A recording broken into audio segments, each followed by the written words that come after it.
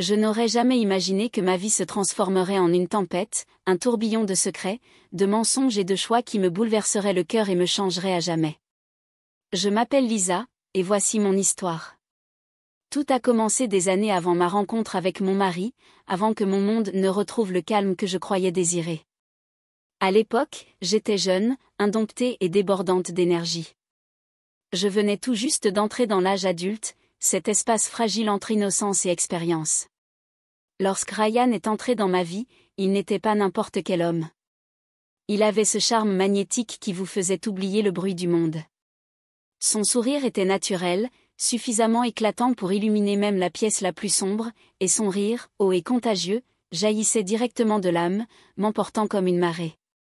Nous nous sommes rencontrés par hasard lors d'une fête bondée, une nuit bouillonnante de musique et de lumière clignotante, où les regards des inconnus se croisaient et où les histoires commençaient. Au milieu de tout cela, Ryan et moi avons trouvé un espace tranquille, rien que pour nous. La conversation coulait à flot, nos rêves, nos peurs, les bêtises qui faisaient de nous ce que nous étions. Rapidement, ce qui avait commencé comme un bavardage amical s'est transformé en quelque chose de plus électrique. Nous sommes devenus inséparables, deux moitiés d'une aventure spontanée. Son appartement est devenu notre sanctuaire, un canapé moelleux, une pile de DVD et des discussions interminables jusque tard dans la nuit, autour de petits plats que nous piochions dans sa cuisine. La ville semblait différente quand nous étions ensemble, comme si elle n'appartenait qu'à nous pour l'explorer. Mais l'amitié, aussi pure et réconfortante fût-elle, ne faisait pas tout. Il y avait une étincelle indéniable, un courant sous-jacent, excitant et dangereux, qu'aucun de nous ne pouvait ignorer. Un soir, enveloppé dans la douce brume des rires et de quelques verres de trop, cette étincelle s'est allumée. Nous avons franchi une ligne, glissant sans effort de l'amitié vers quelque chose de bien plus enivrant. Le monde s'est effacé tandis que nous nous enlacions sous des draps moelleux, perdus dans une passion qui vous fait oublier qui vous êtes et qui vous voulez être. Je me suis sentie puissante à cet instant, désirée d'une manière qui manquerait dans les os, et il en savourait chaque instant. Ce n'était pas seulement physique, c'était comme si nos âmes parlaient un langage secret que nous seuls comprenions. Ryan était joueur, espiègle, me surprenant toujours avec un sourire aussi prometteur que réjouissant. Un soir, alors que la nuit s'étendait paresseusement devant nous, il sortit son téléphone, une lueur malicieuse dans le regard. « Créons un souvenir », murmura-t-il d'une voix basse et taquine. J'étais prise dans le tourbillon de l'instant, le cœur battant à tout rompre, mêlé d'excitation et d'innocence. Sans hésiter, j'ai accepté. Ce qui suivit fut une danse insouciante et intime, un enregistrement de rires, de regards taquins et de mouvements qui le firent sourire comme si j'étais la seule personne au monde. C'était notre secret, enfermé dans les pixels et la lumière, une petite capsule temporelle d'une nuit qui semblait interminable. Nous l'avons regardé plus tard, la pièce emplie de rires légers et de moments de joie paisible. Je pensais que c'était une chose idiote et inoffensive, un instantané de jeunesse et de liberté qui resterait entre nous. Pendant des mois, nous avons continué ainsi, pris dans le chaos confortable de notre amitié et de notre passion passagère. Mais la vie, imprévisible comme toujours, a commencé à nous éloigner. Nous ne nous sommes pas disputés. Nous avons simplement dérivé, comme des feuilles portées par un doux ruisseau. Les appels se sont raréfiés, les messages aussi, jusqu'au jour où nous sommes redevenus des étrangers. J'ai continué mon chemin, me disant que ces jours fous appartenaient à un chapitre clos. Les souvenirs s'estompaient, mais jamais complètement oubliés. Quelques années plus tard, j'ai rencontré Daniel. Il était gentil, stable, tout ce dont j'avais besoin pour me sentir en sécurité. C'était un ancien ami de Ryan à l'université, mais je n'y accordais pas beaucoup d'importance à l'époque. Daniel et moi sommes tombés amoureux petit à petit, comme on le fait pour de vrai. Il m'emmenait dîner tranquillement, me tenait la main lors de nos promenades au parc et m'écoutait parler de mes espoirs. Nous nous sommes mariés lors d'une cérémonie intime et magnifique, entourés de ma famille et de mes amis. Mon cœur s'est gonflé d'envie lorsque je l'ai regardé dans les yeux et que je lui ai dit oui. Notre mariage était réussi, vraiment réussi. Nous rions ensemble, construisions un foyer chaleureux et rêvions de fonder une famille. J'avais l'impression d'avoir trouvé l'amour de ma vie. Mais Ryan est revenu dans ma vie. Tout a commencé de façon assez innocente. Un jour, Daniel a invité des amis à un barbecue. J'étais dans la cuisine, en train de couper des légumes pour une salade, quand j'ai entendu un rire familier. Mon estomac s'est noué. Je me suis retournée, et il était là, Ryan, debout dans mon salon, serrant la main de Daniel comme si de rien n'était. Il a croisé mon regard, et son sourire s'est élargi, mais il y avait quelque chose de différent, de sournois. Je l'ai balayé d'un revers de main, me disant que je me faisais des idées. C'était juste un vieil ami venu prendre des nouvelles de Daniel. Rien de grave, n'est-ce pas? Faux. Quelques jours plus tard, mon téléphone a vibré. Un SMS d'un numéro inconnu, « Salut Lisa, c'est Ryan. Il faut qu'on parle. Retrouve-moi au café de Main Street demain à 14h. Ne le dis pas à Daniel. » Mon cœur s'est emballé. Pourquoi m'envoyer un SMS? Pourquoi ce secret? J'aurais voulu l'ignorer, mais la curiosité et une petite pointe de peur l'ont emporté. Le lendemain, je me suis assise en face de lui à une petite table, l'odeur du café emplissant l'air. Il avait le même air, beau, sûr de lui, avec la même étincelle dans les yeux. Mais ses mots m'ont glacé le sang. « Elisa, » dit-il en se penchant en avant, à voix basse. « J'ai toujours cette vidéo, tu sais, celle de l'époque. Tu étais si douée, si parfaite. Je l'ai regardée des centaines de fois, et je n'arrête pas de penser à toi. » Ma bouche s'est asséchée. Je le fixais, les mains tremblantes sous la table. « De quoi parles-tu, Ryan? Je suis mariée à ton ami. » Efface-la. Ce n'est pas drôle. Il sourit en coin et sortit son téléphone. Mon cœur se serra lorsqu'il toucha l'écran et le tourna vers moi. Elle était là, moi, jeune et insouciante, dans un moment que je croyais privé, un moment dont j'avais eu confiance en lui. Mon visage brûlait de honte. « Que veux-tu » murmurai-je, la voix tremblante. « Je te veux, Lisa, » dit-il, le regard sombre et intense. « Tu es trop bien, trop spécial. Je sais que tu es mariée, mais on a vécu quelque chose d'extraordinaire. Retrouve-moi, passe du temps avec moi, sinon, j'enverrai ça à Daniel. Je le publierai en ligne.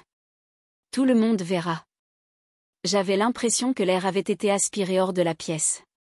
Mon esprit s'emballait. C'était du chantage. Ryan, l'homme avec qui j'avais ri, en qui j'avais eu confiance, menaçait de ruiner ma vie.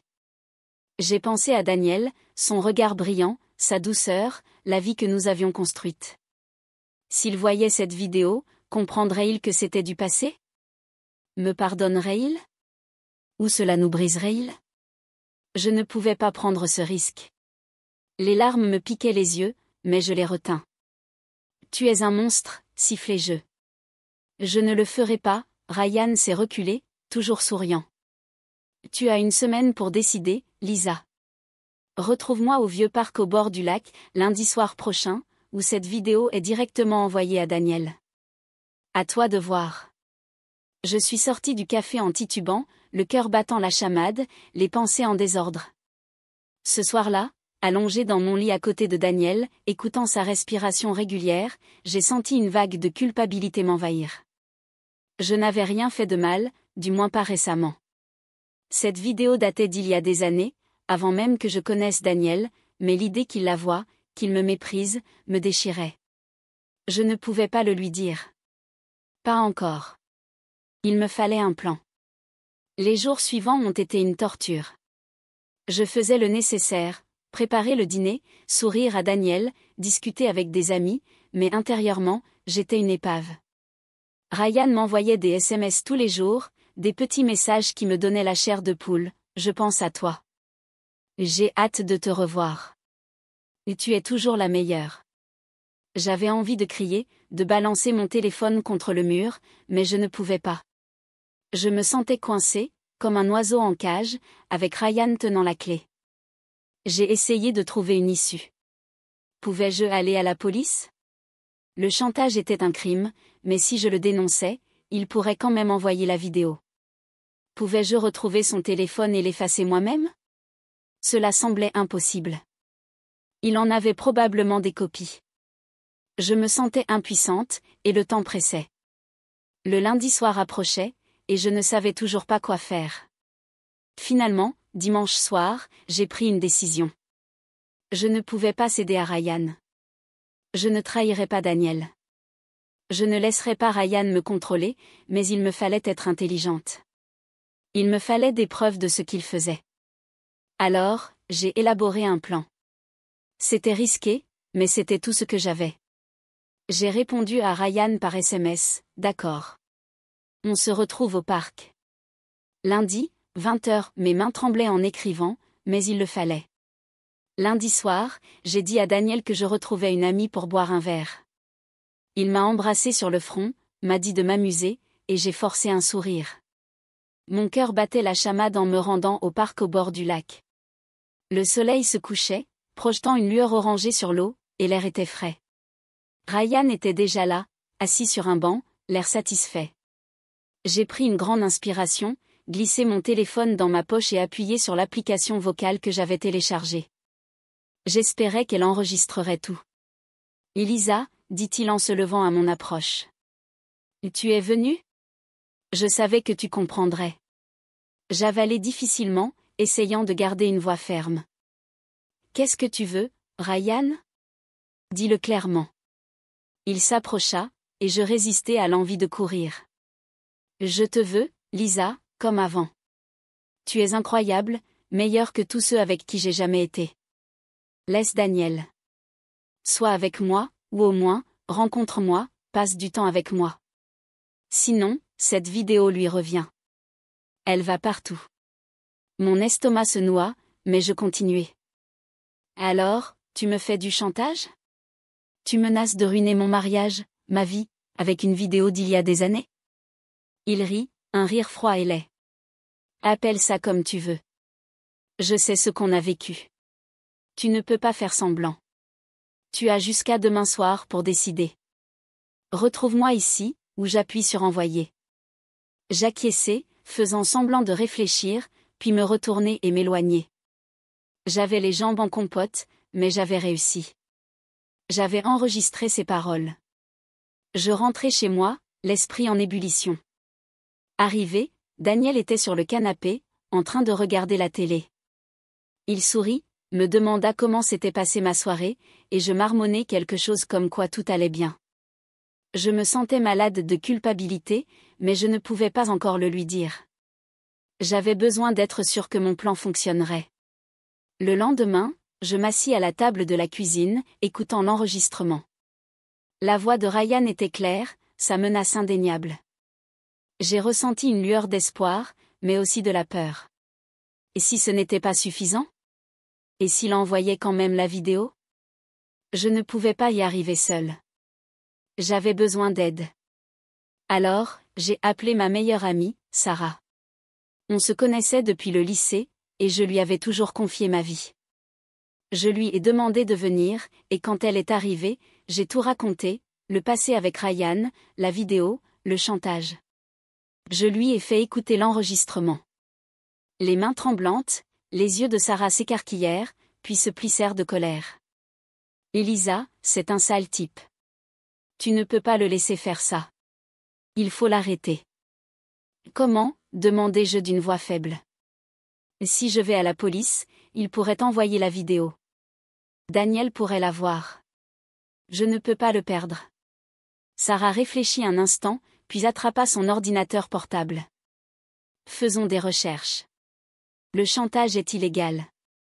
On peut trouver un moyen de te protéger et de l'arrêter. » Nous avons passé des heures à chercher en ligne, à nous renseigner sur les lois, le chantage et la gestion de ce genre de menaces. Nous avons appris que je pouvais porter plainte, mais que la police pourrait ne pas agir assez vite pour empêcher Ryan de partager la vidéo. Sarah avait une autre idée. Et si on lui faisait peur ? Lui faire croire que tu n'as pas peur, que tu as des preuves pour te défendre. S'il sait que tu l'as enregistré, il pourrait reculer. C'était un pari risqué, mais j'étais désespérée. Je ne voulais pas le revoir. Je ne voulais pas risquer d'autres menaces. Alors, j'ai envoyé un texto à Ryan, j'ai un enregistrement de toi en train de me faire chanter. Si tu envoies cette vidéo à qui que ce soit, j'irai voir la police. Je leur dirai tout. Recule, ou c'est toi qui auras des ennuis. J'ai appuyé sur envoyer, le cœur serré. Les minutes ont passé, puis mon téléphone a vibré. « Tu bluffes », a-t-il écrit. « Tu n'oserais pas », j'ai pris une grande inspiration et répondu, « Et c'est moi. J'ai des preuves. Tu iras en prison. Fous-moi la paix. » J'ai joint un petit extrait audio, juste assez pour montrer que je ne mentais pas. Silence. Pas de SMS, pas d'appel. J'ai attendu, dormant à peine, sursautant à chaque notification. Le lendemain, rien. Puis, le surlendemain, toujours rien. J'ai commencé à espérer que, peut-être, juste peut-être, j'avais gagné point, mais je n'arrivais pas à me détendre. Je consultais sans cesse mon téléphone, mes emails, même les réseaux sociaux, terrifié à l'idée de voir cette vidéo apparaître. Et je n'avais toujours rien dit à Daniel. La culpabilité me rongeait. Chaque fois qu'il souriait, me prenait dans ses bras ou me disait qu'il m'aimait, j'avais l'impression d'être une menteuse. Il fallait que je le lui dise, mais comment ? Une semaine a passé, et Ryan est resté silencieux. Je pensais être tirée d'affaire, mais soudain, mon téléphone a sonné. Son numéro. Mon estomac s'est noué. J'ai répondu, la voix tremblante. « Qu'est-ce que tu veux, Ryan ?» Son ton était différent, plus doux, presque nerveux. « Elisa, je suis désolée. J'ai été stupide. J'ai supprimé la vidéo. Je te le jure, je ne t'embêterai plus. Juste, n'aille pas voir la police, d'accord ? » Je ne lui faisais pas confiance, mais j'ai joué le jeu. « Tu as intérêt à être sérieux, Ryan. Si j'ai de tes nouvelles, si jamais cette vidéo refait surface, j'arrête de faire la maligne. Au revoir. » J'ai raccroché, les mains tremblantes. L'avais-je vraiment arrêté ? Ou était-ce une ruse ? Ce soir-là, je n'ai plus pu me retenir. Daniel méritait la vérité. Je l'ai assis sur notre canapé, le cœur battant si fort que j'ai cru qu'il allait éclater. Et Daniel, commençai-je, la voix brisée. Il faut que je te dise quelque chose. Il s'agit de mon passé et de quelque chose qui se passe maintenant. Son visage est devenu sérieux, mais il m'a pris la main. Elisa, quoi qu'il arrive, on l'affrontera ensemble. Je t'aime. Des larmes ont coulé sur mes joues tandis que je lui racontais tout, le temps passé avec Ryan, la vidéo, les moments amusants d'autrefois et maintenant le chantage. Je lui ai fait écouter l'enregistrement des menaces de Ryan, lui ai expliqué comment j'avais riposté. Je me suis préparée, m'attendant à la colère, à la douleur, peut-être même à ce qu'il s'éloigne. Mais Daniel m'a écouté, resserrant sa prise sur ma main. Quand j'ai eu fini, il m'a serré dans ses bras. « Elisa, je suis tellement désolée que tu aies vécu ça. Cette vidéo, c'est du passé. Je m'en fiche. Je tiens à toi, à nous. Je suis fière de toi d'avoir tenu tête à ce type. On va gérer ça ensemble. » Je sanglotais contre lui, le soulagement m'envahissant. Il ne partirait pas. Il m'aimait toujours. On a parlé pendant des heures, et il a suggéré de consulter un avocat, au cas où. Le lendemain, on l'a fait. L'avocate a dit que l'enregistrement était une preuve solide. Si Ryan tentait quoi que ce soit, on pourrait porter plainte pour chantage et harcèlement. Elle nous a aussi aidé à lui envoyer une lettre officielle, le prévenant de rester à distance, avec la promesse de poursuites judiciaires s'il ne le faisait pas. Les semaines se sont transformées en mois, et Ryan est resté absent. Pas de SMS, pas d'appel, pas de traces de la vidéo.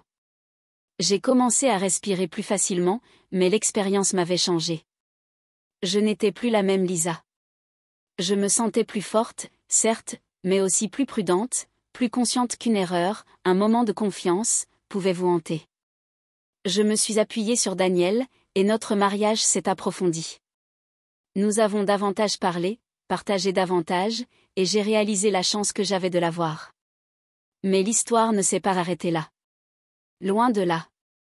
Un après-midi, alors que j'essayais de trouver un moment de calme dans le chaos, mon téléphone a vibré violemment sur le plan de travail de la cuisine. C'était Sarah. Sa voix était pressante, tremblante d'excitation et de soulagement. « Elisa, il faut que tu regardes les infos, tout de suite. » Mon cœur a fait un bond.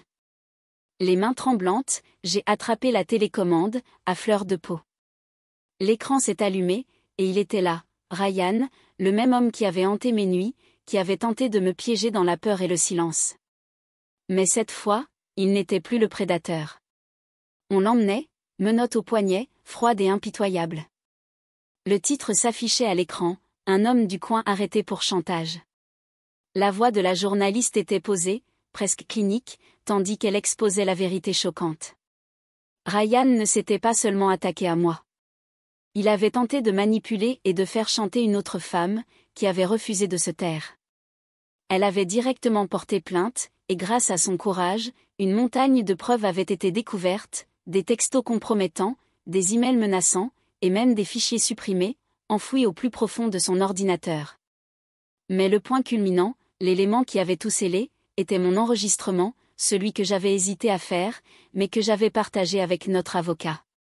Il avait contribué à monter le dossier, pièce par pièce, jusqu'à ce qu'il ne soit plus possible de nier sa culpabilité. Je suis resté figé, les yeux rivés sur l'écran. Une vague d'émotions m'a submergé, soulagement, incrédulité, épuisement, et quelque chose que je n'avais pas ressenti depuis longtemps, l'espoir. Ryan en avait fini. Il ne pourrait plus jamais me faire de mal, ni à personne d'autre. Daniel a tendu la main vers moi, sa poigne ferme et chaleureuse. J'ai levé les yeux vers lui, les larmes menaçant de couler, et il a murmuré, « C'est fini.